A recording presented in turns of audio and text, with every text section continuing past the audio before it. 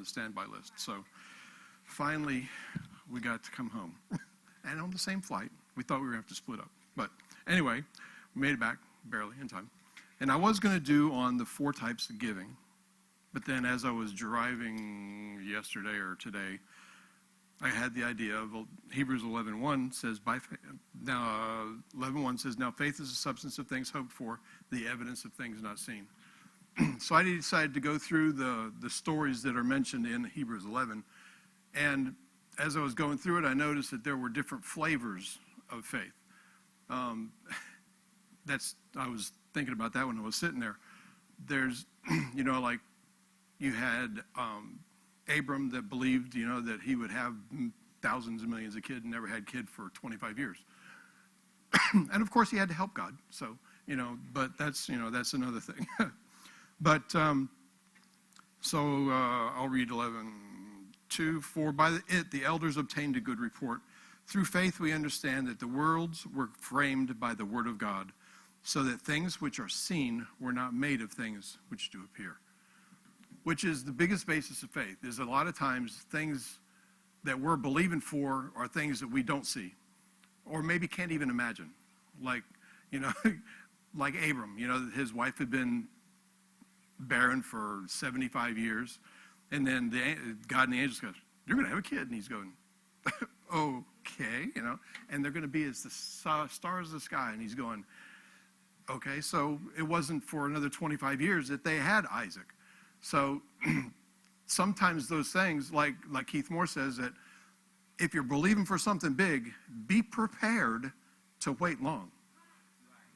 It may not be something that God's going to go, well, that won't hurt you if I give you right now. But if I give that to you right now, that may be something that drives you away from me. So, like Jesus said, there's things I want to tell you, but I can't do that now because you're not ready for it, okay? And a lot of times, the things that we're believing for, the timing is not now.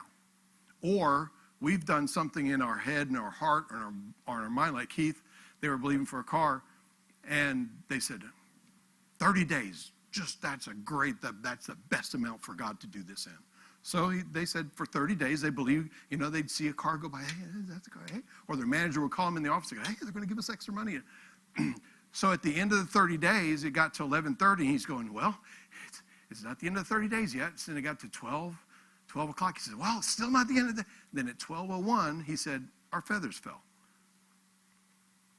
And because the time limit that they put on God had come to a close. So they got to Ramah. This is completely off topic. But they got to Ramah, and he's starting to learn about faith from Dad Hagin. And he was in prayer school going, God, he said, all this stuff I'm learning about faith, that's where we were back in Mississippi, in a little mobile home with faux carpet and faux leather and faux everything. And God said, for that time where you were in a good place. He goes, well, why didn't it work? He said, you let a little mechanism with hands and springs come to 12:01, and you decided that my word doesn't work. He said, you mean I could have had my car all this time if I'd have just kept believing? So God told him something that really made sense to me. He says, it's not too late to pick that back up. He said, I didn't know what that meant, but I said, well, I guess God knows what that means. He said, start believing for that like you did before the clock ran out. Every time your boss called, he said, and for years, we didn't know how to do that. So, we just kept expecting, Lord, I thank you for that new car. I just thank you for that new car. He said, after several years, his wife came home and said, hey, Keith, guess what? He said, what? She said, my boss told me to go to a car dealership and buy the car that I want. And they paid for it, license, tags, insurance, and everything. It was years later, and when they found the car, it was the exact kind of car that they were looking for years ago. So, it's not necessarily God saying no, but sometimes it's our words, like it says here, that the worlds were created by God, by his words. Because it said that the Spirit of God was hovering over the earth, but nothing happened till God said. So the same with us. We can't expect anything to happen until we say, and say, and say, and say, and say, until it's standing in front of you telling you that it is that way. If you're believing for healing, speak it till it happens. And if I die before it happens, cool. Cool. Because I'll have a new body. It won't matter. Keith said he got to visit his dad in heaven. He said when he got there, he said, I did not recognize my dad. He said, I had never seen him with black hair. So it just depends on what we get used to. You know, we get used to our parents aging and no hair, or gray hair, or white hair, or they color their hair till they die, or like Kenneth Copeland, 86 years old, and still have black hair. I mean, you know, whatever. But, yeah, and he said that they were riding on something that was closely resembling a motorcycle, but it wasn't. And he couldn't really explain. Like a lot of people come back from heaven and say, oh, there aren't words. There just aren't words. So, faith. So 11:4 says, by faith Abel offered to God a more excellent sacrifice than Cain, by which he obtained witness that he was righteous, God testifying of his gifts, but being dead yet, his blood still spoke to God after his death. So the whole story, I'll read that to you. Genesis 4:4 says, and Abel, he also brought the firstlings of his flock and of the fat thereof, and the Lord had respect unto Abel and unto his offering. But to Cain and to his offering he had no respect, and Cain was very much angry, and his countenance fell. So here we're told that Abel brought a sacrifice that was acceptable to God. Cain did not. Okay, they obviously knew the rules, you know, the first and the best, which probably didn't change when it got down to the Israelites. And Cain just said, you know, we'll just give him something. Well, that's not what God requires. He doesn't require just something. He wants the best that we've got. So Cain was angry. And in 4:8 it says, and Cain talked with Abel his brother, and it came to pass, when they were in the field, that Cain rose up against Abel his brother and slew him. Okay, he was angry because he was angry at his brother because God didn't accept his gift. Hello? You know, it's like being mad at somebody for something they did to us, and it's killing us, but it's not doing anything to them. You know, it's not affecting their health, it's not affecting anything, but it's destroying your body. Just because of that anger, that malice, those feelings, it's not hurting them at all. You know, I'm going to stab me and hurt you. No, I don't think so. And the Lord said to Cain, where's your brother? And he said, I don't know. Am I my brother's keeper? And he said, what have you done? The voice of your brother's blood cries to me from the ground. That always amazed me. But in the Israelites, God told them not to eat the blood because the life is in the blood. So here we got the same reference to the same thing. And now you are cursed from the earth, which has opened her mouth to receive your brother's blood from your hand. And when you till the ground, it shall henceforth yield to you, shall not yield to her strength. A fugitive and a vagabond you'll be. And Cain said to the Lord, my punishment is greater than I can bear. Behold, you have driven me out this day from the face of the earth, and from your face shall I be hid, and I'll be a fugitive and vagabond on the earth. So, just for an instance, okay, just like God came looking for Adam when he sinned, or God came looking for Adam when he sinned, God came looking and talking to Cain after he had killed his brother. So here we see God's grace and mercy operating in Old Testament time. So if you look hard enough, you'll find where God's moving in the Old Testament just like he did in the New Testament, except they're a little bit different in the rules. So I said, so Abel was a faithful guy, but Cain was the murderer. But God protected Cain by Cain's request. So God marked him so that they would know who he was. So why? Why did God protect Cain when he asked him to? You know, he was just a guy, and he was a murderer in the first place. You know, why would God? Yeah, exactly.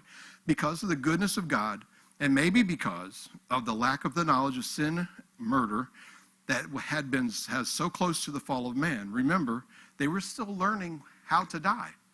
Their bodies were made not to die.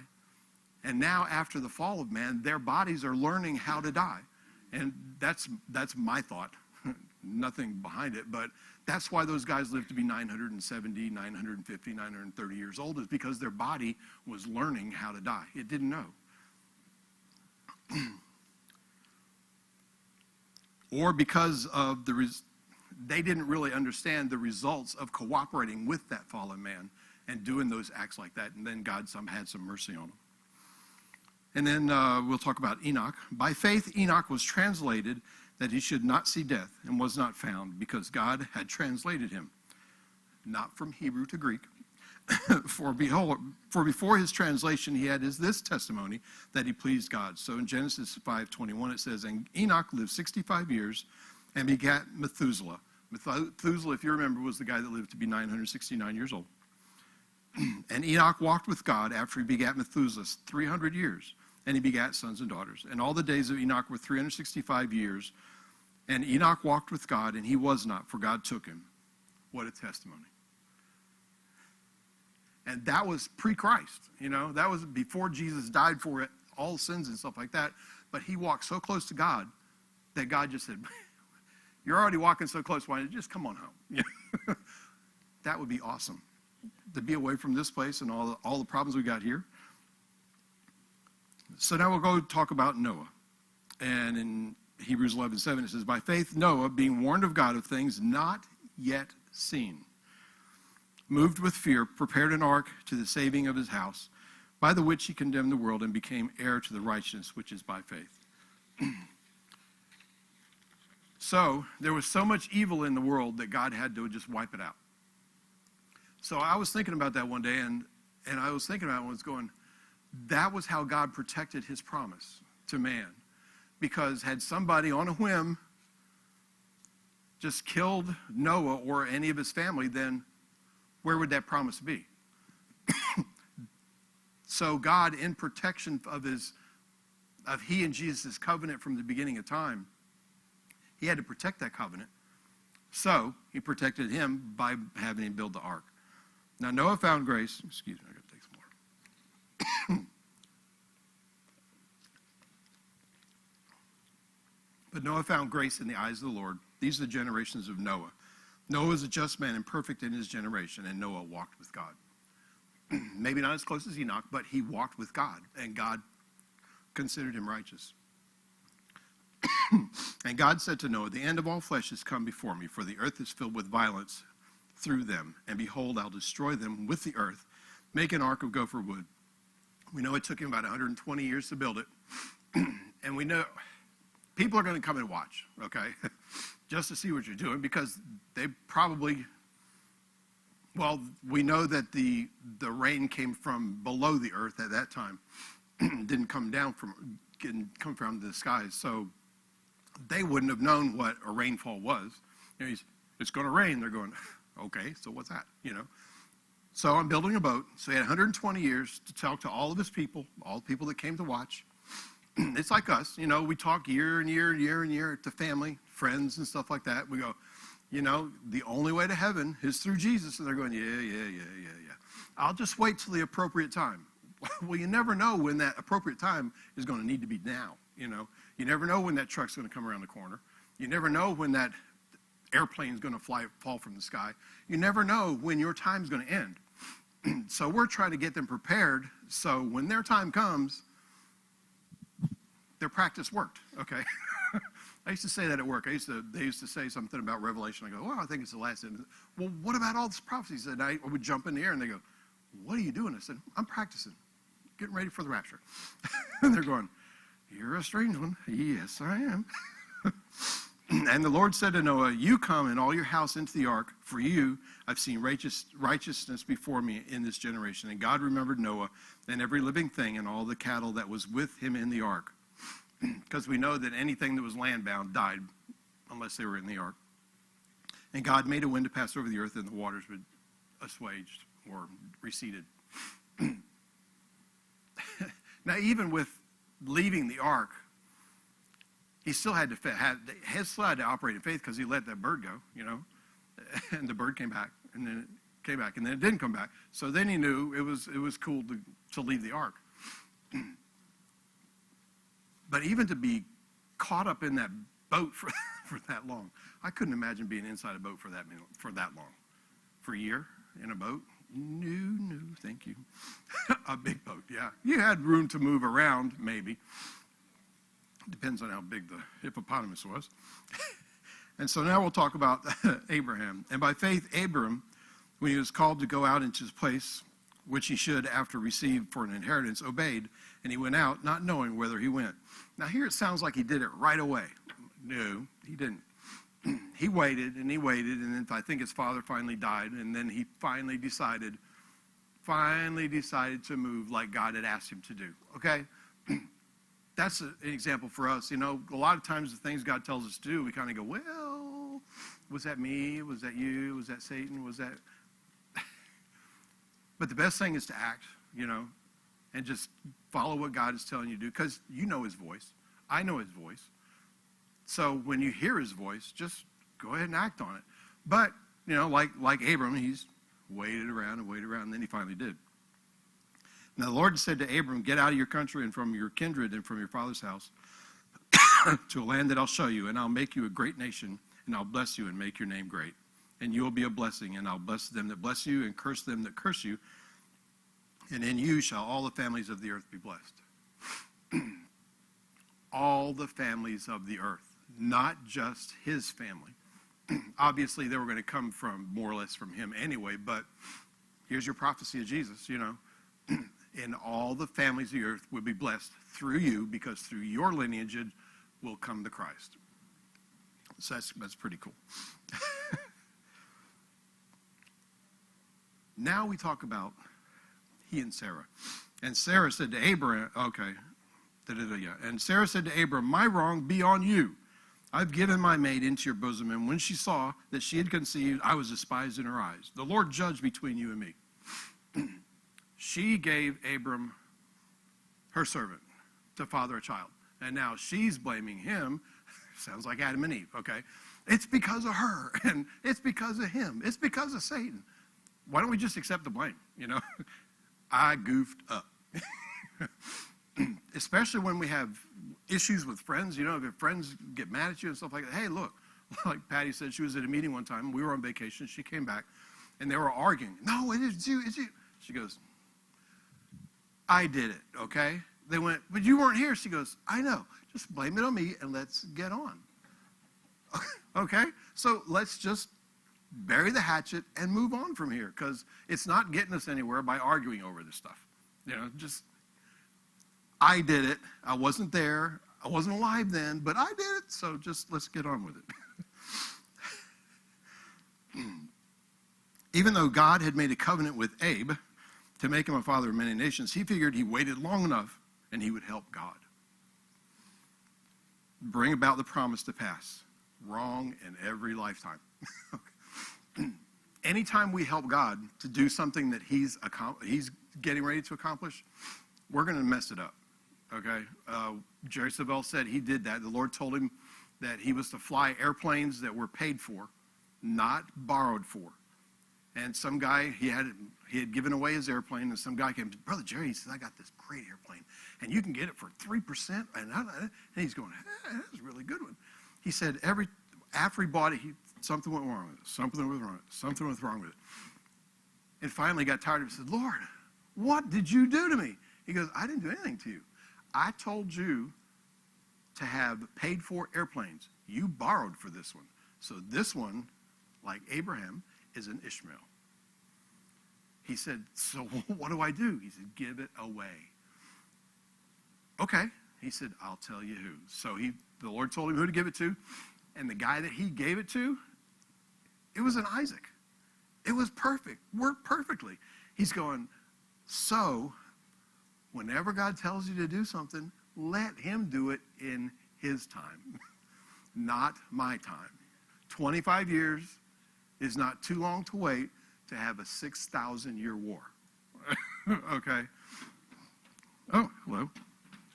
So, because of his helping God, the Israelites have been fighting with the Philistines and all those people over there for 6,000 years. Had they waited, they might not have. People are people, and there's going to be wars. So we know that. But this one particular problem may not have existed. But here we are, there we are, whatever.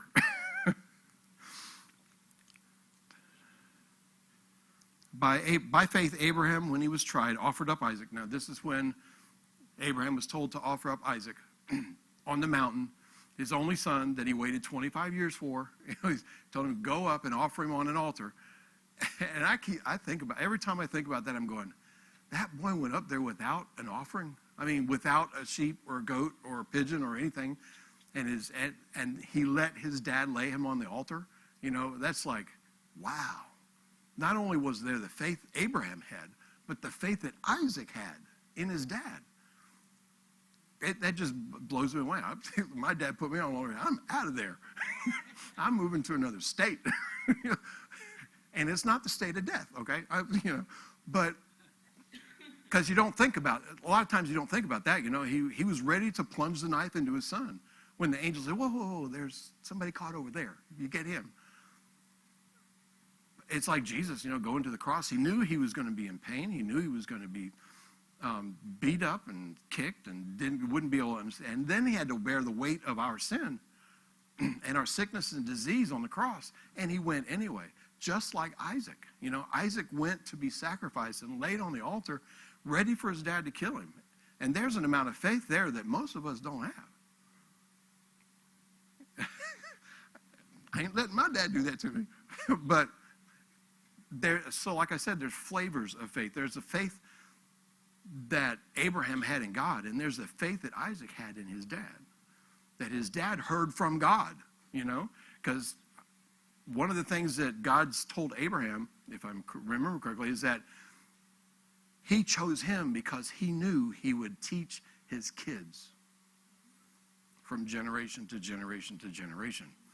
And if you remember, the Pharisees, they have to memorize the first 5 books of the Old Testament by heart to be a Philistine, or a Pharisee. So, I mean, that's a tough assignment. But it's something that's instituted to take along that history of the people.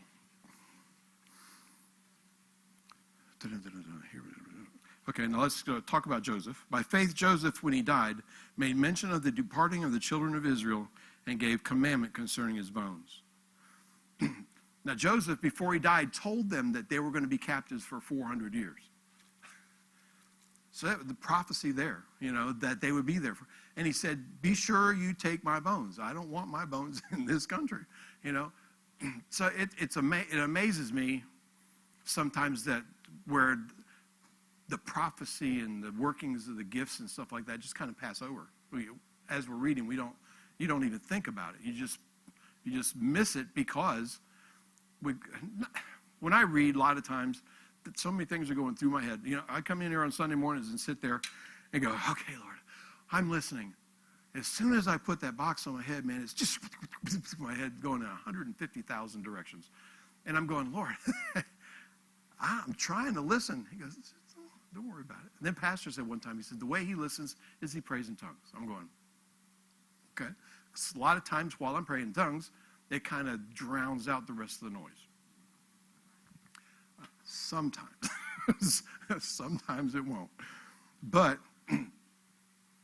we see here we all know where Joseph, where he was, how he ended up. I mean, he was the most beloved of his father. He had the special coat. His brothers hated him for it. He came out to check on his brothers. The brothers threw him in a well. He was sold. He was sold to the enemy. Then he got over to Potiphar's house. And Potiphar saw that what he did was blessed by God. So Potiphar said, just take care of it all. Just take care of it all. I won't even worry about it. I'll just have to worry about eating. And then his wife got interested in Joseph. And then she trapped Joseph and tore off his jacket and said that, well, he tried to sleep with him. So then Joseph got thrown into prison. So even there, the prison officers saw that whatever he did prospered. So they put him in charge of the prison. Most of us, if we're thrown into prison, we're in the corner complaining. I don't know why you put me in this prison. I never did it. Okay. Joseph didn't go that way. He had faith in God that no circumstances, not circumstantial, not by accident, okay? Had he still been with his mom and dad, he probably would have never been the ruler of Egypt. And Egypt could have possibly, the whole surrounding area could have died by that 7 years of famine because, like people, when that 7 years of plenty was there, they just used it all up. And then when the famine came, they wouldn't have had anything. So all the nations could have died out then and there, including the Israelites that weren't Israelites at the time. So he went through Potiphar, went through the prison, then the baker and them had their dreams, and he interpreted their dreams, and he said, don't forget about me. Okay, yeah, no problem. I won't forget about you. Forgot about him. Until Pharaoh had a dream, and his magicians and soothsayers and priests of the temple couldn't figure out what it was. And then Joseph came in, gave him the dream, and he said, well, hey, this is what it is, 7 years of plenty, 7 years. You need to put somebody in that's going to capture on the good years so that we have something in the lean years. And he said, well, I don't know anybody else better to put in here than you. Like he said, and you will be the ruler of this country under me. And he did that, and his brothers came, we know all that story, but Joseph didn't go into prison with a bad attitude. Like a lot of times we'll get in a car wreck or we'll walk off your roof, damage ourselves, or somebody damages us or something like that, and we'll go into a bad attitude, And maybe there's somebody that's already gone through that you need to reach out to, that you can help them to see where there's a good thing in this, no matter how bad it is, okay? Because I know when I had the bypass surgery, they told Patty, said, when he comes out of surgery, he's going to be blue, swelled, and cold. She said, when I came out, I was not that way. I came out and looking normal. I was in the hospital a week, at home a week, and then back at school after triple bypass surgery. That's not normal. And it shouldn't be normal. We shouldn't be normal. He said we're abnormal people, and sometimes abnormal looks weird. Okay? Of course, she had to get me off of the ladder on that week I was at home, but anyway. She said, doesn't that hurt? I said, no, the bones are rubbing together, but it don't hurt. So sometimes we go through things to help somebody else, okay? Sometimes we go through like children that we can't handle so that we can help somebody else that has issues with those kids. Okay? Well, you might want to try, or you don't want to do that. Because we all go through stuff. We all go through stuff. And depending on how much we depend on God, then we let God help us through those situations. Okay? So we can try to do it all on our own with our limited knowledge and limited experience. But God has been here for how long? And he knows it all. So if we depend on him and we listen, because, there's times I was at work one time and I was walking by the guy's truck and I got this impression. I said, give him a hug. I'm going, no, I'm not giving him a hug. So I got in I've told this story before. I got into my car, started to back up, and okay, so I pulled back in, turned it off, walked over to where he was. I said, man, can I give you a hug? He goes, if you have to. He knew me. He knew that I'm a crazy Christian. I said, yes. So I gave him a hug, and he goes, okay. So I got back to my car, and I sat there, and I started the car, and I looked over at him. He walks towards the building, he stops, shakes his head, and turns around and comes back. I'm going, So I rolled my window down. I said, what's up, man? He goes, I just had this beep, beep, beep, beep, beep, beep minute.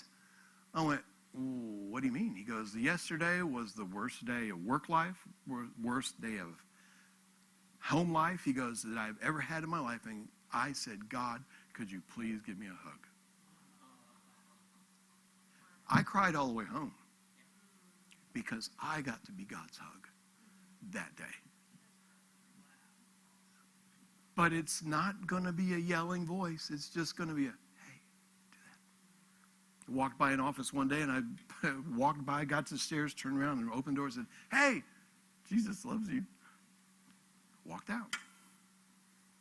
Her coworker came to me later and said, you don't know how much she needed to hear that. And it's always just an impression. Sometimes it's a voice, but if we're not listening, we're not hearing, and we're not going to affect that person. God will send somebody else. Well, why don't we want to be that element of change for somebody? And that's what this is. These people in faith changed things. Here, I'll just go through it. We've got Rahab, who was a harlot in the city of Jericho. The two spies came in, and she hid them in her grain bin up on the roof. The soldiers came looking for them, said, where are those guys that you had? I don't know what you're talking about. And when they finally went away, she let them down over the roof. But she said to them, she goes, you need to make me a promise that when you come and take over this town, that my family is saved and safe. They said, if you have this red cord hanging out of your window, you'll be saved. And she was saved. But she said to them, we have heard about the things that God did with you guys in Egypt, and our hearts melted within us. So she knew what the whole town believed and what they believed, and she wanted her family safe. So she said, just make sure that when you guys come back here and this city is destroyed, that my family is safe. We've got another one where I think Barak was the name of the guy, and Deborah, who was a prophetess at the time, said, go take care of this invading nation and everything will be cool. He goes, if you don't go with me, I go nowhere. Had he followed through, he would have gotten the honor of this capture, of this whatever. But because of that, Deborah, who was a judge, got the honor. And another wife nailed this other guy to the ground. I mean, the other king for the other company, after they were running away, he ran into a lady's tent, and she said, oh, come on in here. She goes, I'll hide you. So he laid down and went to sleep, and she put a nail through his head. So she got the honor, and Deborah got the honor that this other guy, Barak, could have gotten. Another one we've got in here is Gideon. When the angel came, he was hiding wheat so that the marauding nation wouldn't see it. And the angel said, oh, mighty man of God. He goes, me? My family is one of the least in the nations. I don't know what you're talking about. The angel was trying to paint Gideon a picture of what God saw him as, not what he saw himself as. The same thing we would do with the word. We see the picture and the painting that God is trying to show us of who we are. Well, healed, financially stable, not sick. Blessed above and not beneath, the head and not the tail, always victorious, always a conqueror, blessed in the city, blessed in the country, blessed coming in, blessed going out. Everything we put our hands to prospers. We're quick, we're sharp, we're bright, we're smart, we're very rich in a major blessing. Seated in the heavenlies with Christ Jesus, far above all principality, power, might, dominion, and every name that is named, not only in this world, but in that which is to come. That's the picture God's trying to paint in us of who we are. Not that every time the flu comes around, I get it. Okay, well, you got it. Because of our words. We're getting what we're saying. I'm never going to get married because that woman ain't never going to find me. Okay. Hope you enjoy yourself, But when you start claiming the things that God is saying and going by what he's saying, then we open our life to the opportunity for God to work in and through us. Let me see if there's one more I've got here. Okay, we got David. I love David. He's so cool. And Samuel said, and call Jesse to the sacrifice, and I'll show you what we shall do, and you shall anoint to me, to God, him whom I name to you. And he said peaceably, I'm come to the town. He told him, I'm come to sacrifice to the Lord. Sanctify yourself and come with me to sacrifice. And he sanctified Jesse and his sons. So he went through all the sons, trying to find the one that God had picked. He looked at the oldest one and goes, that's got to be the boy. He's the strong, he's the tall one. And he goes, no, that's not him. Okay. So he went through all of his sons. And Samuel said to Jesse, he goes, is this it? He goes, no, got a shepherd boy out in the field. He said, well, get him here. We're not doing anything until he gets here. When Jesse was told to bring his kids in, David wasn't even considered. He was just a farm boy. He was going out in the field. But what David did when he was in the field, okay, he became an expert rock slinger, okay? He was the one that you didn't want to be on the other end of a sling from, because he'd probably picked flies off of fence posts. But he also found out how important time with God was. Being out in the woods like that, ain't nothing else to do. Build a fire and sit there, you know. So he found out how important it was to have his alone time in God. We see that in the Psalms, because he talks about going out and being alone with God. Talks about going out and being alone with God. And he didn't have tongues at that time.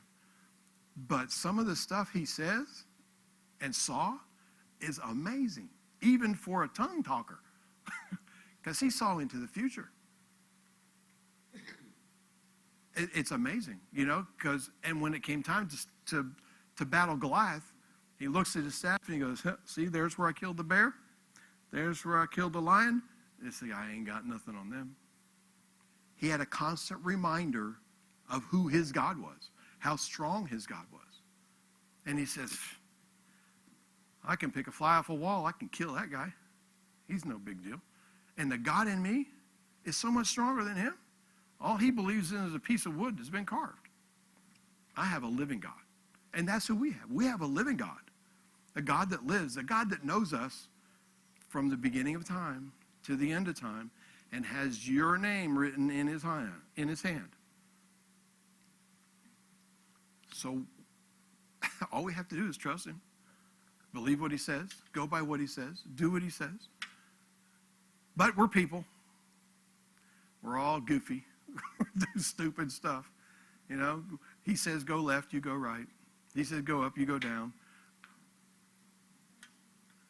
But, you know, hey, we all make mistakes. Like somebody posted, we need to ask God to forgive us every day. And I'm going, why are you asking for God to do something he already did? The best thing to do is to thank him for his forgiveness and go on. I said, I hope I don't get in trouble for this one, but I don't care. I'm posting it anyway. Because it's true. I mean, and there were so many people going, yeah, we need to ask God because they all make mistakes. Yeah, we all do make mistakes. And God knows that. And he cleared that up in Jesus. So all we have to do is just, like Pastor says, you thank you, Lord, that I screwed up. I messed up. I'm a dummy. But go on. Get up. The wise man gets up. You stay down there in the doldrums and the dump for multiple days, you're going to stay there. So you need to get up in your faith and say, God, I'm walking this thing out until I die. Fall over, die, or whatever. Thank you very much for your time. And I'm done. Father, I thank you for this time. I thank you for this word. I thank you, Father, for faith. I thank you that you walk beside us, walk in us, live in us, exude yourself through us. And I just bless you, Father.